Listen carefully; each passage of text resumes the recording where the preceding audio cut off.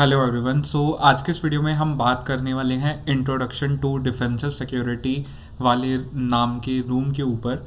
अब इस रूम में एक्चुअली क्या है कि ये लिंक्ड है पिछले एक रूम से जिसको मैंने ऑलरेडी क्लियर अप कर रखा है। उस रूम का नाम था इंट्रोडक्शन टू ऑफेंसिव सिक्योरिटी।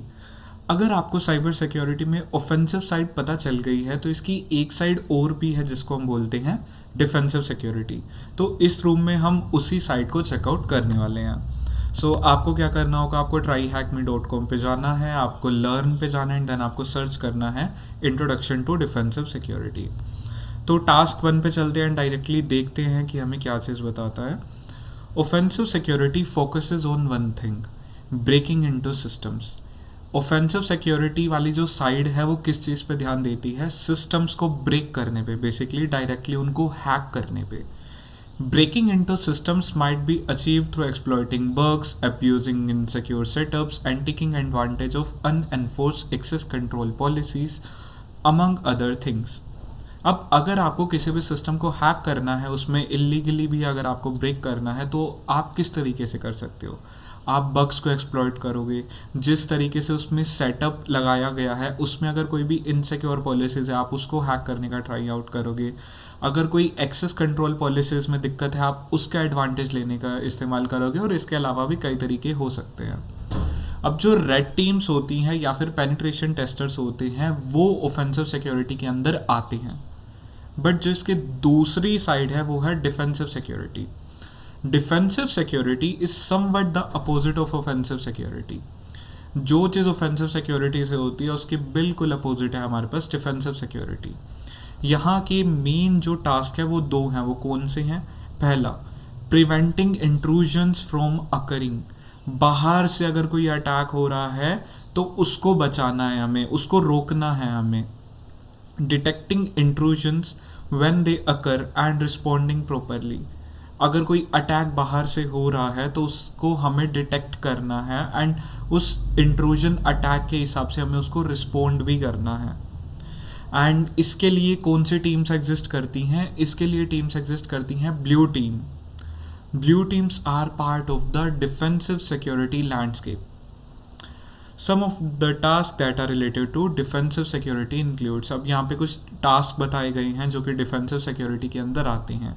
पहला, यूज़र साइबर सिक्योरिटी अवेयरनेस। अब इसमें एक्चुअली क्या होता है, ट्रेनिंग्स दी जाती हैं। Training users about cyber security helps protect against various attacks that target their systems.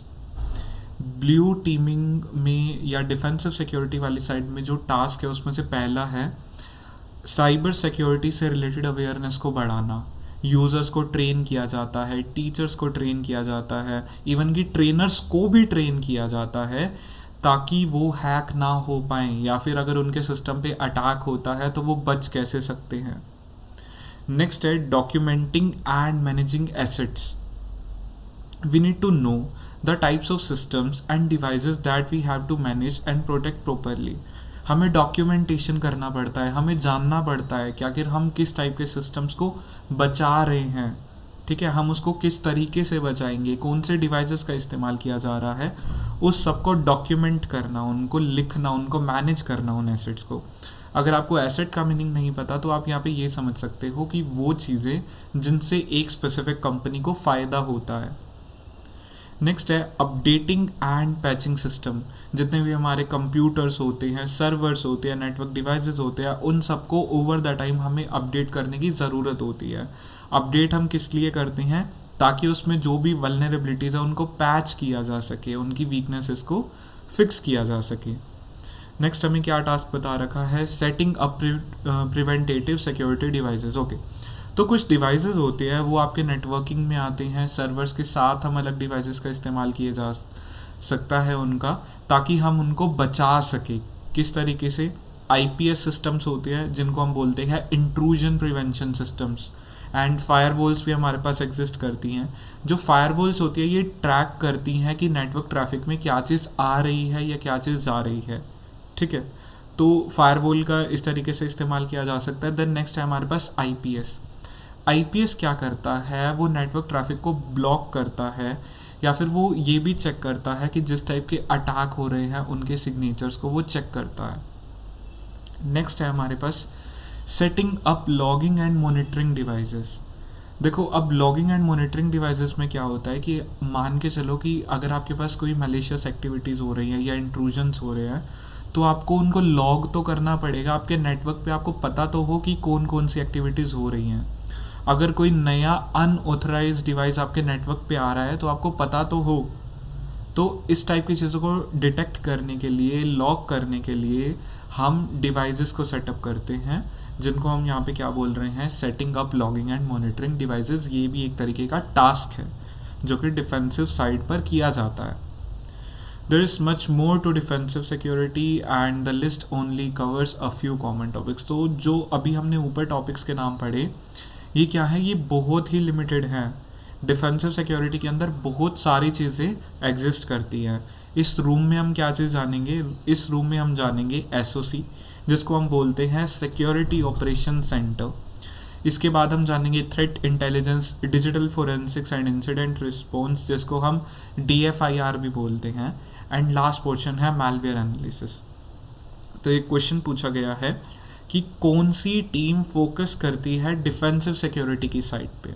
उसका नाम है ब्लू टीम, जिसके बारे में मैं बात कर चुका हूँ। इसके अपोजिट आपको एक चीज़ और पता होना चाहिए कि ऑफेंसिव सिक्योरिटी में कौन सी टीम फोकस करती है, वो होती है हमारे पास रेड टीम।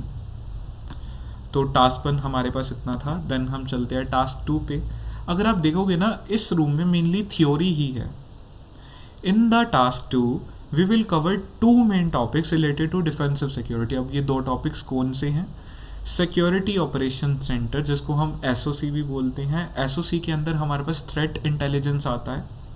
देन नेक्स्ट है हमारे पास डिजिटल फोरेंसिक्स, जिसको हम बोलते हैं DFIR, digital forensics and incident response, जिसके अंदर हम कवर करते हैं मैलवेयर एनालिसिस को। अब ये एसओसी क्या होता है? ये एक ऐसी टीम होती है साइबर सिक्योरिटी प्रोफेशनल्स की, जो कि मॉनिटर करती है। किस चीज़ को मॉनिटर करती है? नेटवर्क को और उसके सिस्टम को, ताकि वो डिटेक्ट कर सके कि अगर कोई मैलिशियस एक्टिविटी हो रही है या नहीं हो रही। अब इनके कुछ मेन एरियाज ऑफ इंटरेस्ट बता रखे हैं कि इनका ध्यान आखिर कहाँ पर होता है। पहला होता है वल्नरेबिलिटीज़। अब ये वल्नरेबिलिटीज़ क्या होती है? वल्नरेबिलिटीज़ एक्चुअली वीकनेस होती है जो कि अलग अलग सिस्टम्स में, सर्वर्स में, वेबसाइट्स में कहीं भी एग्जिस्ट कर सकती है। वल्नरेबिलिटीज़ को फिक्स करना ज़रूरी है। फिक्स हम किस तरीके से कर सकते हैं? पैच से, या जिसको आप बोलते हो सिक्योरिटी अपडेट से। अगर आपके पास अपडेट अवेलेबल नहीं है तो एटलीस्ट आपके पास कुछ मेजर्स होने चाहिए जिनको आप ले सको, आप अपने सिस्टम को प्रोटेक्ट कर सको, ताकि अगर अटैकर उस पर अटैक करे तो आपका नुकसान ना हो। ठीक है, सो यहाँ पर मेन चीज़ है। नेक्स्ट है हमारे पास पॉलिसी वायलेशंस। अब पॉलिसी वायलेशंस में क्या होता है कि we can think of a security policy as a set of rules required for the protection of the network and system. हम पॉलिसीज़ को या फिर सिक्योरिटी पॉलिसीज़ को हम कुछ इस तरीके से सोच सकते हैं, कुछ रूल्स और रेगुलेशंस होते हैं जो कि ज़रूरी होते हैं नेटवर्क या सिस्टम की प्रोटेक्शन के लिए। For example, it might be a policy violation if user start uploading confidential company data to an online storage service. यहाँ पे एक पॉलिसी वायलेशन का एग्जाम्पल दिया गया है। मान के चलो कि अगर कंपनी का कोई एम्प्लॉई या यूज़र एक ऑनलाइन स्टोरेज सिस्टम पे कंपनी के डेटा को अपलोड करने लग जाए। डेटा तो कॉन्फिडेंशियल होता है कंपनी का, तो उसको हम अपलोड नहीं कर सकते, तो ये एक पॉलिसी वायलेशन के अंदर आता है। नेक्स्ट है अनऑथराइज्ड एक्टिविटी। अब यहाँ पे क्या है कि जिन एक्टिविटीज़ की परमिशन नहीं है, जब वो चीज़ की जाती है, एग्जाम्पल यहाँ पे दिया होगा, consider the case where a users log in name and password are stolen and the attacker uses them to log in into the network. यहाँ पे एक केस की बात करते हैं जहाँ पे क्या हुआ है कि लॉगिन का नेम और पासवर्ड चुरा लिया गया है एंड अटैकर इस्तेमाल करता है उस लॉगिन क्रेडेंशियल्स का, ताकि वो एक नेटवर्क में घुस पाए। A SOC needs to detect such an event and block it as soon as possible before the damage is done. एक SOC क्या करेगा, सिक्योरिटी ऑपरेशन सेंटर क्या करेगा, वो इस टाइप के इवेंट्स को डिटेक्ट करेगा और कोशिश करेगा कि डैमेज होने से पहले ही वो करेक्ट मेजर्स ले पाए। नेक्स्ट है हमारे पास नेटवर्क इंट्रूजन्स। नेटवर्क इंट्रूजन्स की अगर हम बात करते हैं तो यहाँ पे क्या बताता है कि सिक्योरिटी चाहे कितनी भी अच्छी हो, हमेशा चांसेस होते हैं कि नेटवर्क के अंदर इंट्रूजन हो सकता है, अटैक हो सकता है। An intrusion can occur when a user clicks on a malicious link or when an attacker exploits a public server। एक इंट्रूजन कब हो सकता है? जब एक यूज़र क्लिक कर सकता है एक मैलिशियस लिंक पे, या फिर एक अटैकर एक्सप्लॉइट करता है एक पब्लिक सर्वर को। Either way, when an intrusion occurs we must detect it as soon as possible to prevent further damage। Network intrusion का मैं इन सिंपल वर्ड्स बताता हूँ। आप मान के चलो कि आपके पास एक नेटवर्क है, कंपनी का नेटवर्क है, एंड कोई बाहर से इंसान आके उस कंपनी में नेटवर्क के अंदर एंटर कर लेता है, तो वो एक इंट्रूजन है। इसका एक रीसेंट एग्जांपल है, एक 18 साल के बच्चे ने ऊबर को हैक किया था, एंड जब उससे पूछा गया कि उसने ऊबर को किस तरीके से हैक किया, तो उसने क्या बताया कि उसने ऊबर के ही VPN का इस्तेमाल किया कंपनी के नेटवर्क के अंदर घुसने के लिए। तो नेटवर्क इंट्रूजन उसका एक बहुत अच्छा एग्जाम्पल है। अब सिक्योरिटी ऑपरेशंस क्या करती है? ये कवर करती है प्रोटेक्शन को, एंड इसका जो मेन टास्क है वो थ्रेट इंटेलिजेंस भी है। यहाँ पे अब बात करते हैं कि आखिर थ्रेट इंटेलिजेंस क्या होता है। In this context, intelligence refers to the information you gather about the actual and potential enemies। Threat intelligence के अंदर क्या होता है कि इंफॉर्मेशन कैप्चर की जाती है। किस चीज़ के बारे में कैप्चर की जाती है? जो कि पोटेंशियल दुश्मन हो सकते हैं, या फिर जो दुश्मन ऑलरेडी हैं। थ्रेट के बारे में अब बताते हैं। A threat is any action that can disrupt और adversely affect a system. Threat क्या होता है? कोई भी एक ऐसा एक्शन जिससे कि किसी सिस्टम पे नुकसान पहुंच सकता है, उसको हम थ्रेट बोलते हैं।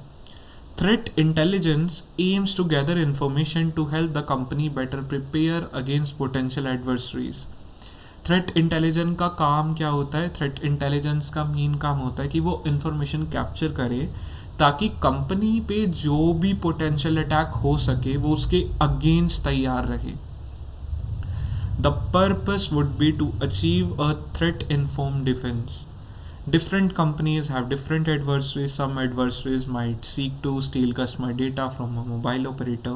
However, other adversaries are interested in halting the production in a petroleum refinery। तो यहाँ पे बेसिकली क्या कहता है कि कंपनीज के हिसाब से जो उनका पोटेंशियल थ्रेट है वो चीज़ें चेंज हो सकती हैं। अब ये चीज़ें चेंज किस तरीके से हो सकती हैं? यहाँ पे आप मान सकते हो कि कंपनी टू कंपनी क्या होता है, आपका जो डेटा है वो अलग अलग तरीके से आप कह सकते हो कि किसी कंपनी में कस्टमर डेटा स्टील हो रहा है, तो किसी कंपनी में क्या हो रहा है कि प्रोडक्शन रुक रही है। तो जो अटैक करने के तरीके हैं वो बदल सकते हैं कंपनी टू कंपनी। नेक्स्ट यहाँ पे क्या कहता है कि इन्होंने और एग्जांपल दे रखे हैं कि जो हमारे पास नेशन स्टेट साइबर आर्मी है वो काम कर सकती है पॉलिटिकल रीजन के लिए। रैंसमवेयर ग्रुप्स एग्जिस्ट कर सकते हैं जो कि फाइनेंशियल पर्पसेस के लिए हैक करते हैं। तो कंपनी के हिसाब से क्या होता है कि एडवर्सरीज चेंज होती हैं, जो टारगेट्स है, जो थ्रेट्स है वो चेंज हो सकते हैं। देन थ्रेट इंटेलिजेंस के बाद हमें क्या कहता है कि इंटेलिजेंस करने के लिए आपके पास, अगर आपको पता लगाना है उसके लिए आपको क्या चीज़ चाहिए? उसके लिए आपको डेटा की ज़रूरत है। किस टाइप के डेटा की? आपको डेटा को कलेक्ट करना पड़ता है, प्रोसेस करना पड़ता है, एंड एनालाइज करना पड़ता है। ठीक है, अब जो यहाँ पे डेटा कलेक्शन है उस डेटा कलेक्शन में क्या हो रहा है कि लोकल रिसोर्सेज का इस्तेमाल किया जा सकता है, नेटवर्क के लॉग्स का या पब्लिक सोर्सेज का भी इस्तेमाल किया जा सकता है, जैसे कि फोरम्स। अब यहाँ पे क्या होता है, जो डेटा की प्रोसेसिंग होती है वो एम करती है, किस चीज़ का एम करती है? ताकि वो एक सूटेबल फॉर्मेट में हो एनालिसिस के लिए। यहाँ पे अगर मैं बात करता हूँ, जो डेटा कलेक्शन है ना, मान के चलो आपने डेटा को कलेक्ट तो कर लिया, पर आपको उस डेटा को प्रोसेस भी करना पड़ेगा ताकि आप उस डेटा को एनालाइज कर पाओ। अब जो ये एनालिसिस का फेज़ होता है इसमें ज़्यादा से ज़्यादा इन्फॉर्मेशन एग्जिस्ट करती है। ठीक है, इसमें पता लगता है कि अटैकर्स कौन हैं, उनके मोटिव्स क्या हैं। तो एनालिसिस फेज में हम इस टाइप की इंफॉर्मेशन के बारे में पता लगाते हैं। नेक्स्ट हमें क्या बताता है कि यहाँ पे एक लिस्ट बनाई जा सकती है जिसमें रिकमेंडेशन या फिर कुछ एक्शनेबल स्टेप्स गिवन हो। नेक्स्ट हमें क्या चीज़ बताता है, learning about your adversaries allows you to know their tactics techniques and procedures. As a result of threat intelligence we identify the threat actor, जिसको हम यहाँ पे एडवर्सरी भी बोलते हैं, predict their activity and consequently we will be able to mitigate their attacks and prepare a response strategy. यहाँ पर क्या कहता है कि थ्रेट इंटेलिजेंस की मदद से हम आइडेंटिफाई कर सकते हैं कि किस टाइप के अटैक्स हमारे ऊपर हो सकते हैं. ठीक है, हम यहाँ पे प्रिडिक्शन कर सकते हैं एक्टिविटीज़ का, एंड उसी हिसाब से जिस तरीके से अटैक्स हो सकते हैं हम उसकी एक रिस्पॉन्स स्ट्रेटेजी बना सकते हैं कि अगर डोस हो रहा है तो हम ये चीज़ करेंगे, DDoS हो रहा है तो हम ये चीज़ करेंगे, बाहर से अटैक आ रहा है या नेटवर्क के अंदर से अटैक आ रहा है तो हम ये चीज़ करेंगे. तो ये जो अलग अलग सिनेरियोज़ हैं उसके लिए हम प्रिपेयर रह सकते हैं. नेक्स्ट है हमारे पास DFIR, जिसको हम बोलते हैं digital forensics and incidents response. अब ये जो DFIR है इसके अंदर हम क्या चीज़ कवर अप करते हैं, इसके अंदर हम कवर अप करते हैं digital forensics, incidents response and malware analysis. Digital forensics में क्या होता है, अब हम इस चीज़ को देखेंगे. Forensics is the application of science to investigate crimes and establish facts. Forensics के अंदर क्या होता है कि हम क्राइम्स को इन्वेस्टिगेट करते हैं एंड फैक्ट्स इस्टेब्लिश करने की कोशिश करते हैं. बेसिकली डॉट्स होते हैं जिनको हम आपस में कनेक्ट करते हैं. With the use and spread of digital systems such as computer, smartphones, a new branch of forensics was born to investigate related crimes, computer forensics which later evolved into digital forensics. Over the time क्या हुआ है कि जिस तरीके से digital system spread हो रहे हैं, जैसे कि हमारे पास कंप्यूटर्स है, स्मार्टफोन्स है, सर्वर्स हैं, यहाँ पे क्या हो सकता है कि डिजिटल क्राइम होने के चांसेस बहुत ज़्यादा हैं. एंड अगर डिजिटल क्राइम्स होते हैं तो उनकी इन्वेस्टिगेशन भी करनी होगी. तो जो पहले टर्म बनाई गई थी वो थी computer forensics. Computer forensics term ही बाद में इवॉल्व हुई जिसका नाम क्या बन गया, डिजिटल फोरेंसिक्स. अब डिफेंसिव सिक्योरिटी में क्या चीज़ कहता है, the focus of digital forensics shifts to analyse evidence of an attack and its perpetrators and other areas such as intellectual property theft, cyber espionage and possession of unauthorized content. तो यहाँ पे वो digital shift करता है, जो भी चीज़ें change हुई हैं वो क्या बताता है कि किस टाइप के एरियाज एग्जिस्ट करते हैं. Intellectual property theft, intellectual property क्या होती है, किसी कंपनी के जो भी एसेट्स हैं या फिर अगर आपने कुछ बनाया है एंड आपका काम कोई चुरा ले तो वो क्या आता है, वो आता है इंटेलेक्चुअल प्रॉपर्टी थेफ्ट में. साइबर एस्पिनेज एंड जो पोजेशन करते हैं हम अनऑथराइज्ड कंटेंट का. अनऑथराइज्ड कंटेंट मतलब एक कंपनी ने एक एक्स कोर्स बनाया जो कि वो तब चाहती है कि कब एक्सेस हो पाए जब जो उसके क्लाइंट्स है एक एक्स अमाउंट पे करे, पर अगर कंपनी का जो कंटेंट है जो कि पेड था वो पेड कंटेंट फ्री में एक्सेस हो पा रहा है, तो ये क्या है, ये पोजेशन है अनऑथराइज्ड कंटेंट का. ये मैंने जस्ट एक एग्जांपल दिया है, जो इसके यूज़ केस है वो चेंज भी हो सकते हैं. Consequently digital forensics will focus on different areas. जो डिजिटल फोरेंसिक है वो अलग अलग एरियाज पे फोकस करता है. यहाँ पे एग्जांपल दिया गया है, पहला है फाइल सिस्टम, दूसरा है system memory, then system logs और नेटवर्क लॉग्स. फाइल सिस्टम क्या होता है, फाइल सिस्टम के अंदर हम एनालाइज करते हैं, किस चीज़ को एनालाइज करते हैं कि कौन सी फाइल्स क्रिएट की गई, कौन से प्रोग्राम्स को इंस्टॉल किया, कौन सी फाइल्स को डिलीट किया गया, कौन सी फाइल्स में चेंजेस किए गए. सिस्टम मेमोरी में क्या है कि हम डिस्क में से चीज़ों को चेक करते हैं. ठीक है, यहाँ पर लो लेवल कॉपी का इस्तेमाल किया जाता है जिसको आप फोरेंसिक इमेज भी बोलते हो. जो वो लो लेवल कॉपी है ना उसको एनालाइज किया जाता है कि उसमें कंटेंट्स क्या क्या थे एंड उससे हमें पता चलता है अटैक के बारे में. नेक्स्ट है सिस्टम लॉग्स. अब सिस्टम लॉग में क्या होता है, अगर आपको पता हो जो हमारा इंटरनेट है वो काम करता है क्लाइंट और सर्वर मैकेनिज्म पे. क्लाइंट क्या होता है, जो होते हैं हमारे कंप्यूटर्स, एंड सर्वर्स क्या होते हैं, जो होते हैं कंपनीज के कंप्यूटर्स. ये क्या करते हैं, अलग अलग लॉग फाइल्स को मैनेज करते हैं. इन लॉग फाइल से क्या चीज़ पता चलता है कि आखिर ओवर द टाइम दोनों साइड पे क्या हो रहा है. लॉग फाइल से हमें बहुत सारी इन्फॉर्मेशन मिल सकती है कि एक सिस्टम पे क्या हुआ. ट्रेसेस पता चल सकते हैं कि अटैकर ने क्या चीज़ किया। अगर अटैकर ट्राई भी करता है ना ट्रेसेस को क्लियर करने का, तो उनको भी हम पार्शली डिटेक्ट कर पाते हैं कि आखिर किस किस मैकेनिज्म का या किस किस टेक्निक का इस्तेमाल किया गया है। देन नेक्स्ट है नेटवर्क लॉग्स। अब नेटवर्क लॉग्स में क्या होता है कि जो नेटवर्क के अंदर ट्रैवल किए गए हैं पैकेट्स, चाहे वो क्लाइंट पे किया गया है, चाहे वो सर्वर पे किया गया है, चाहे वो एक डिवाइस से दूसरे डिवाइस पे गया है, उस सब को ट्रैक करके हम पता लगा सकते हैं कि अटैक कहाँ से आया एंड कहाँ पे गया। नेक्स्ट है हमारे पास इंसिडेंट रिस्पॉन्स। अब एक इंसिडेंट क्या होता है, सबसे पहले हम वो चीज़ जानते हैं। इंसिडेंट जनरली हम किसी डेटा ब्रीच को बोलते हैं या फिर साइबर अटैक को बोलते हैं। अब जो यहाँ पे जो क्रिटिकल लेवल है वो चेंज हो सकता है। अब ये चीज़ें इंट्रूजन अटैम्प्ट भी हो सकता है, कोई पॉलिसी वायलेशन भी हो सकता है, कोई मिसकॉन्फ़िगरेशन की वजह से भी ये चीज़ें हो सकती हैं।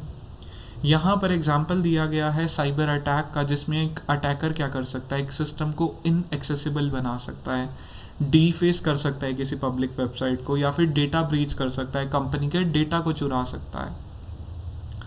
अब यहाँ पे कहता है कि अगर कुछ ऐसा हो जाए तब आप करोगे क्या, how would you respond to a cyber attack. तो जब भी ये चीज़ें होती हैं तब इंसिडेंट रिस्पॉन्स नाम की चीज़ काम में आती है। Incident response specifies the methodology that should be followed to handle such a case. होगा क्या कि इंसिडेंट रिस्पॉन्स ही हमें वो तरीका बताएगी कि अगर कुछ ऐसा हो जाता है तब हमें क्या करना है। मेजर एम क्या होता है इस चीज़ का कि हम डैमेज को रिड्यूस कर पाए, डैमेज को हम कम कर पाए एंड रिकवर कर पाए चीज़ें एज सुन एज पॉसिबल। जितने कम टाइम में हम डेटा को रिकवर कर पाते हैं उतना ज़्यादा बेस्ट है। तो आइडियली क्या होता है कि एक प्लान रेडी होना चाहिए इंसिडेंट रिस्पॉन्स टीम के पास। अब इंसिडेंट रिस्पॉन्स में क्या होता है, मेजरली 4 फेजेस होते हैं। पहला होता है प्रिपरेशन, नेक्स्ट होता है डिटेक्शन एंड एनालिसिस, इसके बाद होता है हमारे पास containment, eradication and recovery, and fourth होता है हमारे पास पोस्ट इंसिडेंट एक्टिविटी। प्रिपरेशन में बेसिकली एक टीम होती है जो कि ऑलरेडी ट्रेंड होती है, जो कि हैंडल करती है इस टाइप के इंसिडेंट्स को, एंड वो अलग अलग मेजर्स लेती है कि ताकि अगर इस टाइप के इंसिडेंट्स हो तो उसको हम बचा ही ले पहले। ठीक है। नेक्स्ट क्या कहता है, डिटेक्शन एंड एनालिसिस। अगर कुछ हो गया है तो टीम के पास रिसोर्सेज तो हों, the team has the necessary resources to detect any incident. ठीक है। एंड अगर इस टाइप का कोई भी इंसिडेंट होता है तो वो उसको एनालाइज कर पाए कि आखिर क्या हुआ है, एंड उसकी सेवरिटी को चेक कर पाए। सेवरिटी को चेक करना का मतलब क्या है कि हम ये चीज़ पता लगा पाए कि कितना डैमेज हो सकता है, क्या वो लो लेवल है, मिडिल लेवल है, या क्रिटिकल है ज़्यादा। उसके बाद हमें क्या कहता है, कंटेनमेंट, इरेडिकेशन एंड रिकवरी। जब भी इंसिडेंट डिटेक्ट किया जाता है तो सबसे पहले उसको रोका जाए, जितने ज़्यादा हम रोकने का ट्राई कर सकते हैं। सिस्टम अगर इफेक्ट हो गया है तो उनको रिकवर किया जाए, एंड रिकवर करने के बाद क्या कहता है, हमें इरेडिकेट करना है। किस चीज़ को इरेडिकेट करना है, जिस मैलवेयर का इस्तेमाल हुआ था, जिस वायरस का इस्तेमाल हुआ था, एंड हमें सेफली सिस्टम को रिकवर करना है। देन फोर्थ फेज क्या है हमारे पास, पोस्ट इंसिडेंट एक्टिविटी। सारी की सारी रिकवरी करने के बाद हम एक रिपोर्ट तैयार करनी है। उस रिपोर्ट से हम ये चीज़ पता लगा पाए कि अगर फ्यूचर में अगर ऐसा कुछ हो तो हम उससे बच पाए। तो ये थे हमारे पास मेजर 4 फेजेस। नेक्स्ट है हमारे पास मैलवेयर एनालिसिस। मैलवेयर के बारे में हम बताते हैं कि मैलवेयर क्या होता है। मैलवेयर होता है बेसिकली मैलिशियस सॉफ्टवेयर, वो सॉफ्टवेयर प्रोग्राम जो कि बनाए ही इसलिए गए हैं ताकि उससे किसी का नुकसान हो सके। यहाँ पे बताया क्या जाता है कि सॉफ्टवेयर जनरली हम प्रोग्राम्स को बोल सकते हैं, डॉक्यूमेंट्स को बोल सकते हैं, या फाइल्स को बोल सकते हैं, जो कि एक डिस्क पे सेव किए जा सकते हैं या फिर नेटवर्क के थ्रू हम भेज सकते हैं। अब मैलवेयर के कई तरीके हो सकते हैं, वायरस हो सकता है, ट्रोजन हॉर्स हो सकता है, रैनसमवेयर हो सकता है। इसके अलावा भी मैलवेयर के टाइप्स एग्जिस्ट करते हैं।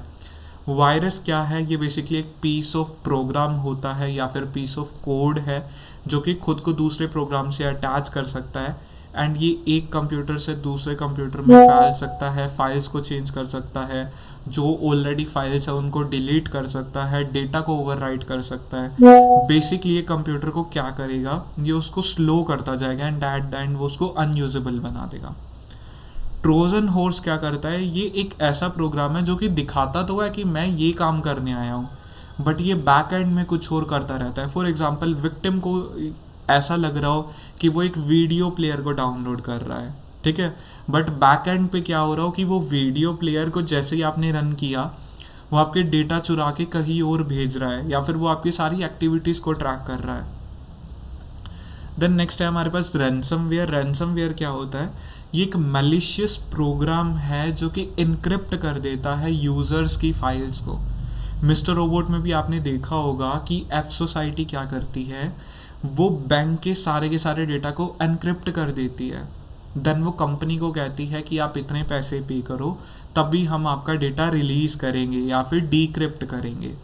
तो जो वो पैसे मांगती है हम उसको रैंसम बोलाते हैं, इसी वजह से हम इसको क्या बोलते हैं, रैंसमवेयर। नेक्स्ट हमें क्या चीज़ कहता है कि मैलवेयर एनालिसिस एम करता है कि हम मैलिशियस प्रोग्राम को समझ पाए, जितना ज़्यादा हम उसको समझ पाए उससे होगा क्या, दो चीज़ें।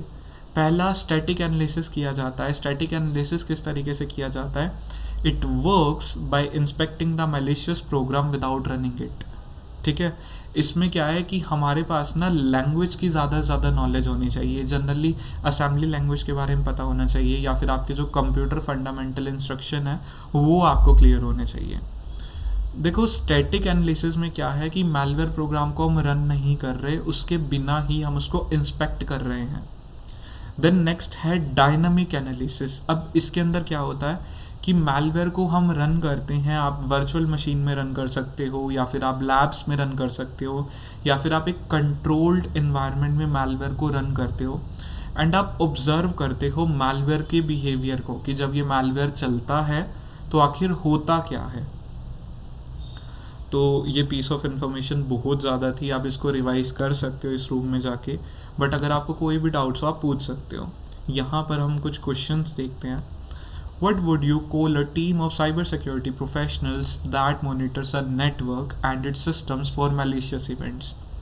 तो उस टीम को क्या बोलती है जो कि साइबर सिक्योरिटी प्रोफेशनल्स के, जो कि मॉनिटर करती है नेटवर्क और उसके सिस्टम को, अगर कुछ मलिशियस इवेंट्स होते हैं तो उसको हम बोलते हैं SOC। SOC की फुल फॉर्म क्या होती है, सिक्योरिटी ऑपरेशन सेंटर। नेक्स्ट है हमारे पास DFIR की फुल फॉर्म क्या होती है, digital forensics and incident response. ये भी हमारा आंसर करेक्ट है। What kind of malware requires the user to pay the money against the system. अगर देखो बेसिकली मैं बताता हूँ क्या होता है कि रैंसमवेयर हम बोलते हैं उस मैलवेयर को जो कि हमारे सिस्टम की फाइल्स को एनक्रिप्ट कर देता है एंड डीक्रिप्ट करने के लिए वो पैसे मांगता है। देन एक प्रैक्टिकल एग्जाम्पल यहाँ पर दिया गया है डिफेंसिव सिक्योरिटी का। अब यहाँ पे एक टास्क दिया गया है, तो मैं साइड बाय साइड में इस वेबसाइट को व्यू पे लगा देता हूँ। अभी मैं इसको मिनिमाइज़ कर देता हूँ एंड चेक करते हैं। तो यहाँ पे क्या कहता है कि हम एक SOC का पार्ट हैं जो कि रिस्पॉन्सिबल है किसी बैंक को प्रोटेक्ट करने के लिए। बैंक की SOC क्या करती है, वो SIEM का यूज़ करती है। अब SIEM क्या होता है, security information and event management, ये एक सिस्टम होता है।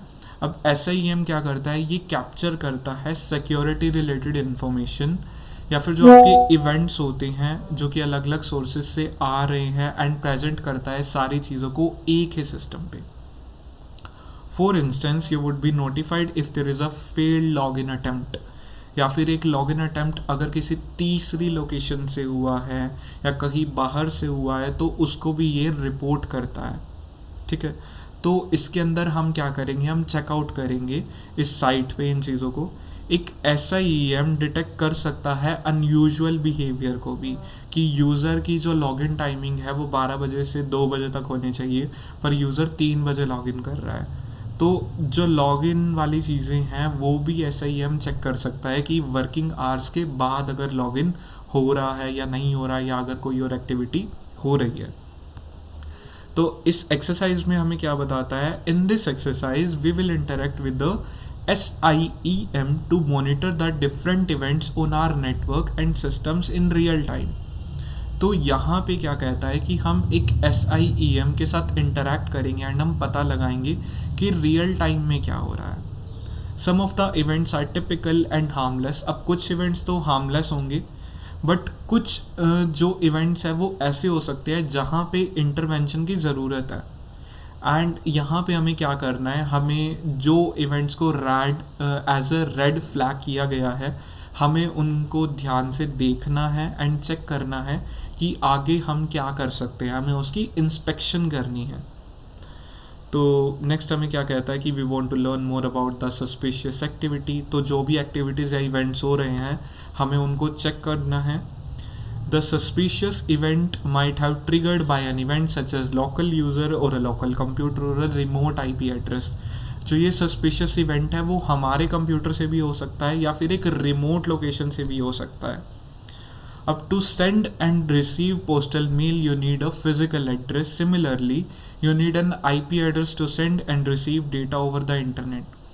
जिस तरीके से आपको अगर घर पे कुछ चीज़ मंगवानी होती है तो आपका एक पोस्टल मेल होता है, या फिर आप बोल सकते हो कि आपका एक फिजिकल एड्रेस होता है, उसी तरीके से आपको एक IP एड्रेस चाहिए होता है अगर आपको डेटा सेंड करना है या रिसीव करना है over the internet. An IP address is a logical address that allows you to communicate over the internet. IP address के बारे में आपको पता ही होना चाहिए, ये क्या होता है, एक लॉजिकल एड्रेस है। दुनिया में हर डिवाइस का एक IP एड्रेस होता है जो कि इंटरनेट से कनेक्टेड है। तो यहाँ पे हम चेक करते हैं इस SIEM वाली एक्सरसाइज में कि आखिर किस वजह से ये अनयूजुअल एक्टिविटी हुई है, एंड हम ये भी चेक करेंगे कि क्या ये एक्टिविटी मैलिशियस है या नहीं है, और अगर मैलिशियस एक्टिविटी है तो हम यहाँ पे क्या एक्शन लेंगे। हम SOC की मदद से रिपोर्ट भी करेंगे एंड इस IP एड्रेस को ब्लॉक भी करेंगे। सो हम इसको चेक करते हैं, व्यू साइट। यहाँ पर आप देख सकते हो कि अनऑथराइज्ड एक कनेक्शन अटेम्प्ट हुआ है। IP एड्रेस हमें दिया गया है, IP एड्रेस क्या है 143110। तो इसको चेक करने के लिए मैं क्या करता हूँ, मैं एक बार बैक जाऊँगा एंड मैं इस IP को नोट कर लेता हूँ। IP क्या है 143 डॉट, इसके बाद क्या था 110, देन यहाँ पे है 110 देन डॉट, इसके बाद क्या था हमारे पास 250.149 2। Okay, just give me a second. 143.110 then 250 then उसके बाद था 149। तो ये जो ऑक्टेट्स हैं इनके चारों पार्ट्स में डेसिमल हैं, तो डेसिमल वैल्यू से हम चेक करेंगे। पोर्ट इस्तेमाल हुआ है 22, इस चीज़ को भी हम नोट डाउन करेंगे। पोर्ट इस्तेमाल कौन सा हुआ है 22। सो डायरेक्टली अब हम इसको चेक करते हैं। तो ये चीज़ जैसे ही हमें पता चली, इस पर क्लिक किया। IP एड्रेस बेसिकली स्कैनर से हम चेक करेंगे, तो IP एड्रेस हम यहाँ पे डालेंगे 143.110.250.149 एंड मैं यहाँ पे करूँगा सबमिट। सबमिट करने के बाद यहाँ पे इसने बता दिया कि ये मैलिशियस है, ठीक है, एंड यहाँ पे ये बता भी रहा है। देन मैं इसको नेक्स्ट करता हूँ। यहाँ पे ये कहता है कि आपको चूज़ करना है कि आप इस इवेंट को कहाँ पे एस्केलेट करोगे। बेसिकली आप इसको बताओगे किसको, क्या आप इसको सेल्स एग्जीक्यूटिव को बताओगे, सिक्योरिटी कंसल्टेंट को बताओगे, इंफॉर्मेशन सिक्योरिटी आर्किटेक्ट को बताओगे, या फिर SOC टीम लीड को बताओगे। तो यहाँ पे क्या कहता है कि we wouldn't worry too much if it was a failed authentication, because अगर कोई ऑथेंटिकेशन अटैम्प्ट फेल हो गया है तो हमें इतनी चिंता करने की ज़रूरत नहीं है। पर अगर सक्सेसफुल हो जाता मैलिशियस IP एड्रेस से तो दिक्कत हो जाती। तो हमें इस वक्त क्या करना है कि हमें एक स्मॉल इंसिडेंट इवेंट को क्रिएट करना है, उसको एस्केलेट करना है। तो यहाँ पे क्या कहता है कि कुछ स्टाफ है जो कि कंपनी में काम कर रहा है, बट उसके बाद क्या कहता है, but you wouldn't want to escalate this to a wrong person. हमें क्या करना है कि हमें ना इसको बिल्कुल सही जगह पे पहुँचाना है, गलत जगह पे नहीं डालना। तो हम इसको किस पे कर सकते हैं, security consultant, sales executive, information security architect या फिर SOC team lead. Sales executive तो पक्का नहीं होगा। सिक्योरिटी कंसल्टेंट पे हम ट्राई करते हैं तो ये गलत है। अगर हम इसको ट्राई आउट करेंगे इंफॉर्मेशन सिक्योरिटी आर्किटेक्ट पे तो ये भी गलत है। रियलिटी में हमें इसको कहाँ पर करना है, एसओसी टीम लीड पे। अगर मैं इस पर क्लिक करूँगा तो ये हमारा करेक्ट है, हमें इसको टीम लीड को बताना है। एंड टीम लीड क्या करेगा, वो हमें परमिशन दे देगा कि हम इस मैलिशियस आईपी को ब्लॉक कर सकते हैं।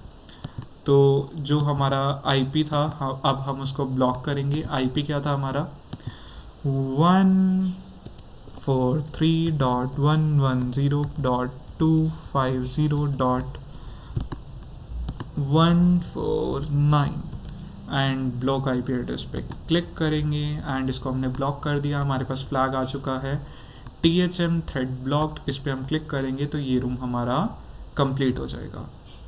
इसी के साथ ही ये रूम हमारा फिनिश होता है। अगर आपको कोई भी क्वेश्चन हो, कोई भी डाउट्स हो तो आप पूछ सकते हो। इस रूम में ज़्यादा थ्योरी थी। थ्योरी इसलिए थी बिकॉज यहाँ पर जानने के चीज़ें बहुत ज़्यादा थी। प्रैक्टिकल हमने यहाँ पे बेसिक देखा कि SIEM क्या होता है। अगर आपको कोई भी डाउट्स हो तो आप डिस्क्रिप्शन बॉक्स में पूछ सकते हो। अदरवाइज आप इंस्टाग्राम पे जा सकते हो @bettercallmanav, आप ट्विटर पे जा सकते हो @bettercallmanav। डिस्कॉर्ड का लिंक, वेबसाइट का लिंक, सभी चीज़ों का लिंक आपको डिस्क्रिप्शन बॉक्स में मिल जाएगा। सो इस वीडियो में इतना ही। Thank you so much, have a great day.